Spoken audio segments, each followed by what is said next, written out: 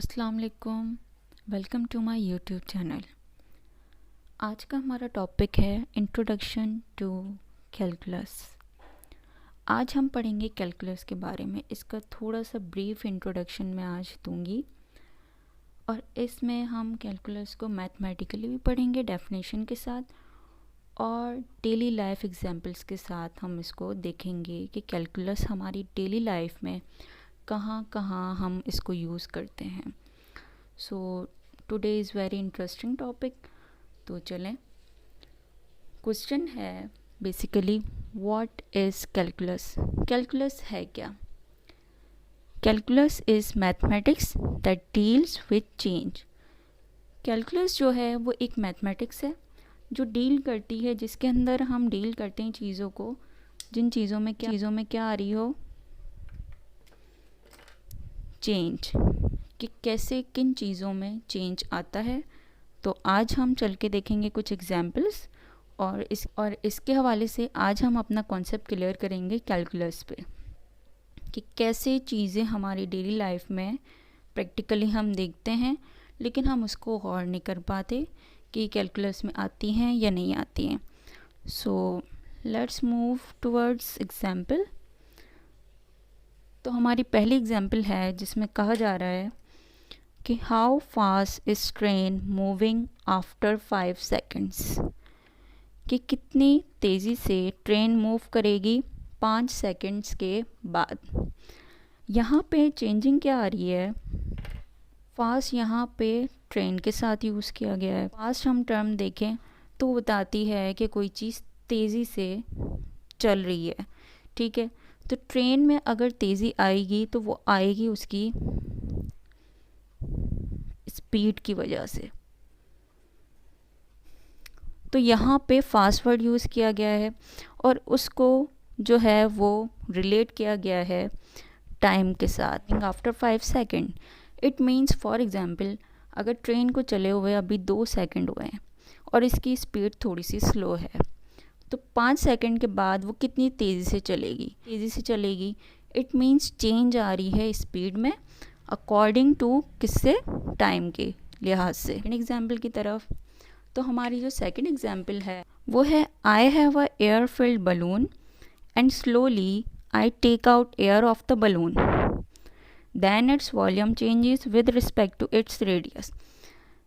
हमारी एग्जाम्पल है कि मेरे पास एक बलून है फॉर एग्जांपल, जिसमें जो है वो एयर फिल्ड है, ठीक है, हवा भरी हुई है बलून में, और उस बलून की जो हवा है वो स्लोली मैं उससे बलून से निकालती हूँ, ठीक। तो उसका ऑटोमेटिकली जो साइज़ है वो रिड्यूस होता जाएगा।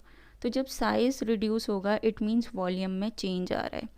तो बलून का जो शेप है वो हमारा जो है वो सर्कल में है। तो अगर वॉल्यूम के अंदर चेंजेस आ रही हैं तो वो डायरेक्टली रिलेट करिए उसके रेडियस के साथ। तो चेंज इन द वॉल्यूम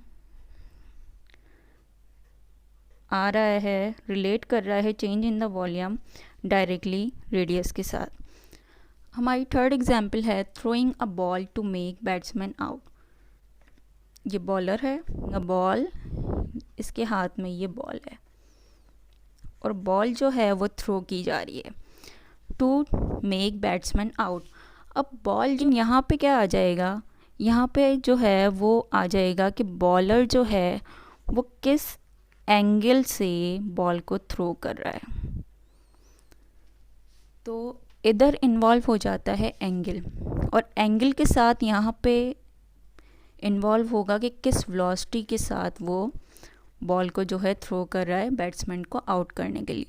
अगर ये वाला एंगल है तो किस वेलोसिटी के साथ जाएगी बॉल, ये वाला एंगल है तो किस वेलोसिटी के साथ जाएगी बॉल। तो कि यहाँ पे चेंज इन द एंगल्स हो रहा है, एंगल्स में चेंजिंग आ रही है with respect to change in the velocity. Calculus में हम कौन सी ऐसी चीज़ें हैं, कौन सी ऐसी टर्म्स हमारे पास जो हम इस्तेमाल करें और हमारे पास इन चीज़ों के आंसर्स आ जाए। कैलकुलस में जो डील करती हैं चेंजेस को चीज़ें, वो है हमारे पास 3: limits, derivatives and integral. Limits पे, लिमिट्स क्या होती हैं? How a function approaches to a value. What is derivative? Derivative basically जो है हमें बताता है कि हाउ अ फंक्शन चेंजेस। अब कैसे, जो हमने ये 3 एग्जाम्पल्स पढ़ी हैं इसमें हमने देखा कि फ़ंक्शन कैसे चेंज हो रहा है। कि फ़ंक्शन चेंज हो रहा है, यहाँ पे स्पीड चेंज हो रही है विद रिस्पेक्ट टू टाइम। तो इसको हम ऐसे लिख सकते हैं, change in speed with respect to time. Changes आ रही है, change in speed with respect to its change in time.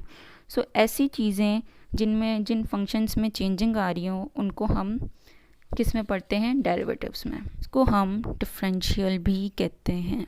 Integrals क्या होते हैं? Integrate gives us area under curve. अब कैसे एरिया अंडर कर्व्स, इसको हम पढ़ते हैं।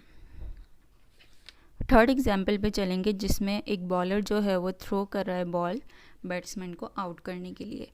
तो यहाँ पे फॉर एग्जाम्पल के हाथ में ये है बॉल और वो थ्रो कर रहा है। तो ये जो थ्रोइंग है बॉल की, ये बना रहा है एक पाथ जिसे हम मैथ्स में कहते हैं कर्व। ठीक है, यहाँ पे जो है वो किस एंगल से जा रही है, यहाँ पे कितनी वेलोसिटी के साथ जा रही है बॉल, और कितना ये डिस्टेंस कवर कर रही है ये वाली बॉल। तो ये जो बेसिकली है ये बना रहा है एक कर्व का अगर मैं एरिया मालूम करूं तो how I will find the area of this curve. Area मालूम करना चाहें ज्योमेट्रिकल शेप्स का, like square, triangle, rectangle, ETC जो भी हैं, जितनी भी हमारी शेप्स हैं, तो हमें पता है कि हमारे पास जो है इसके फार्मूलाज मौजूद हैं। अगर फार्मूलाज नहीं है तो हमें पता है कि हम वन बाय वन का हम जो है एक टाइल लेते हैं और उसको इसके अंदर फिल कर देते हैं और नंबर ऑफ़ टाइल्स हम काउंट कर लेते हैं, तो ये इसका एरिया हो जाता है। स्क्वायर, ट्रायंगल, रेक्टेंगल, जो भी शेप्स हैं हमारे पास। इट मीन्स जो स्ट्रेट लाइन की शेप्स हैं उनका एरिया तो हम इजीली फाइंड आउट कर लेते हैं। उनके हमारे पास फार्मूलाज भी मौजूद है, नहीं तो वन बाय वन टाइल्स का हम फिल करके इनके एरियाज़ मालूम कर लेते हैं। लेकिन जब बात आती है कर्व्स की, तो कर्व्स के एरियाज़ ऐसे फाइंड आउट करना बहुत मुश्किल हो जाता है। अगर मैं ये टाइल्स वाला फार्मूला लगाऊं और यहाँ पे जो है वो टाइल्स लगा दूं मैं वन बाय वन के, हम देख सकते हैं कि ये टाइल्स तो हम इजीली काउंट कर लेंगे। इस किस्म के टाइल्स हम काउंट नहीं कर सकते। तो एरिया फाइंड आउट ऐसे करने में हमें बहुत डिफ़िकल्टी होती है।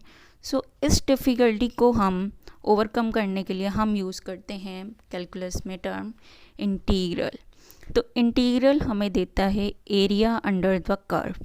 कोई भी किसी भी किस्म का कर्व हो और उसके नीचे का जो एरिया है ये वाला, इंटीग्रल्स हमें बहुत हेल्पफुल है कैलकुलस में। ये 3 चीज़ें हमें चेंजेस का बताती हैं।